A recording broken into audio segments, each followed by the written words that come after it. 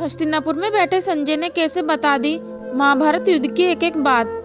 धृतराष्ट्र की मृत्यु के बाद उनका क्या हुआ। नमस्कार मित्रों, आप सभी का हमारे YouTube चैनल प्राचीन स्टडी में हार्दिक स्वागत है। तो चलिए करते हैं ज्ञान की बातें।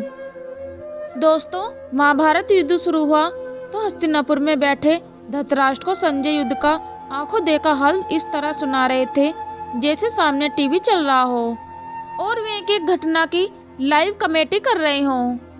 हस्तिनापुर और कुरुक्षेत्र के बीच दूरी है। फिर संजय ने धृतराष्ट्र को युद्ध का आंखों देखा हाल कैसे बयान किया।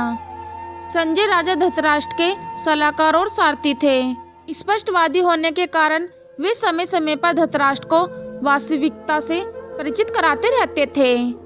महाभारत में कौरवों ने जब पांडवों को 5 गांव देने की बात भी नहीं मानी तो कुरुक्षेत्र के युद्ध का आगाज हुआ। कुरुक्षेत्र में कौरवों और पांडवों की सेना आमने सामने थी। युद्ध शुरू हुआ तो हस्तिनापुर में बैठे धृतराष्ट्र को संजय युद्ध का आंखों देखी हाल इस तरह सुना रहे थे जैसे सामने टीवी चल रहा हो और वे एक एक घटना की लाइव कमेटी कर रहे हों। देखा जाए तो हस्तिनापुर और कुरुक्षेत्र के बीच में अच्छी खासी दूरी है। फिर संजय ने करीब 200 किलोमीटर दूर बैठकर धृतराष्ट्र को युद्ध का आंखों देखी हाल कैसे बयान किया। आइए जानते हैं इसके बारे में। दोस्तों, वर्तमान समय में देखा जाए तो हस्तिनापुर और कुरुक्षेत्र के बीच 175 किलोमीटर की दूरी है। हस्तिनापुर उत्तर प्रदेश में मेरठ के पास स्थित है, जबकि कुरुक्षेत्र हरियाणा का प्रसिद्ध स्थान है। आज के सड़क मार्ग से हस्तिनापुर और कुरुक्षेत्र के बीच की दूरी 175 किलोमीटर है।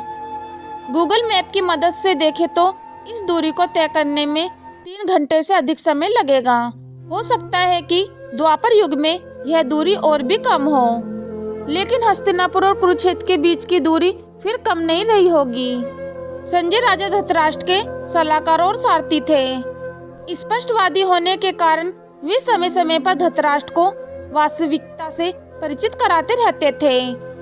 वेद व्यास जी संजय के गुरु थे। वे एक दासी के पुत्र थे। उनके पिता का नाम गवल्यगण था। संजय धृतराष्ट्र के साथ रहते थे। युद्ध के समापन के बाद भी वे धृतराष्ट्र के पास रहे। कुरुक्षेत्र के युद्ध से पहले भगवान श्री कृष्ण ने अर्जुन को धर्म युद्ध के लिए प्रेरित किया। उनको वास्तविकता का ज्ञान कराने के लिए भगवान श्री कृष्ण ने अपने विराट स्वरूप का दर्शन कराया और गीता का उपदेश दिया। कहा जाता है कि अर्जुन के साथ साथ संजय ने भी गीता का उपदेश सुना था। दोस्तों, कहा जाता है कि जब कुरुक्षेत्र के युद्ध की घोषणा हुई तो धृतराष्ट्र जन्म अंधे थे। वे युद्ध में शामिल नहीं हो सकते थे और नहीं देख सकते थे। इस वजह से काफी परेशान हो जाते। तब महर्षि वेदव्यास जी ने संजय को दिव्य दृष्टि प्रदान की। उस दिव्य दृष्टि की वजह से ही संजय ने कुरुक्षेत्र युद्ध का पूरा विवरण महल में बैठे धृतराष्ट्र को सुनाया था। संजय ने धृतराष्ट्र को युद्ध की हर घटना के बारे में बताया था, चाहे अभिमन्यु का वध हो, कर्ण की वीरगति या फिर दुर्योधन समेत सभी 100 पुत्रों के मारे जाने की घटना। युद्ध के समापन के बाद संजय की दिव्य दृष्टि खत्म हो गई। यह युद्ध तक के लिए ही थी। कुरुक्षेत्र का युद्ध खत्म होने के बाद संजय युधिष्ठिर के राज्य में काफी समय तक रहे। जब कुंती, धृतराष्ट्र और गांधारी ने संन्यास लिया तो संजय ने भी उनके साथ ही संन्यास ले लिया। धृतराष्ट्र का जब निर्धन हुआ तो संजय हिमाचल की ओर चले गए।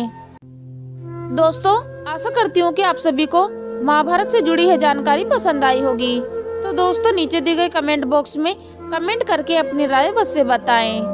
यदि आप रोजाना ऐसे अन्य धार्मिक वीडियो पाना चाहते हो तो हमारे चैनल प्राचीन स्टडी से जुड़े रहें। यदि आपने अभी तक हमारे चैनल को सब्सक्राइब नहीं किया तो चैनल को सब्सक्राइब और वीडियो को एक लाइक अवश्य कर दें। चलो तो दोस्तों, मिलते हैं फिर नेक्स्ट वीडियो में नए ज्ञान के साथ। हम लेते हैं आपसे विदा। धन्यवाद।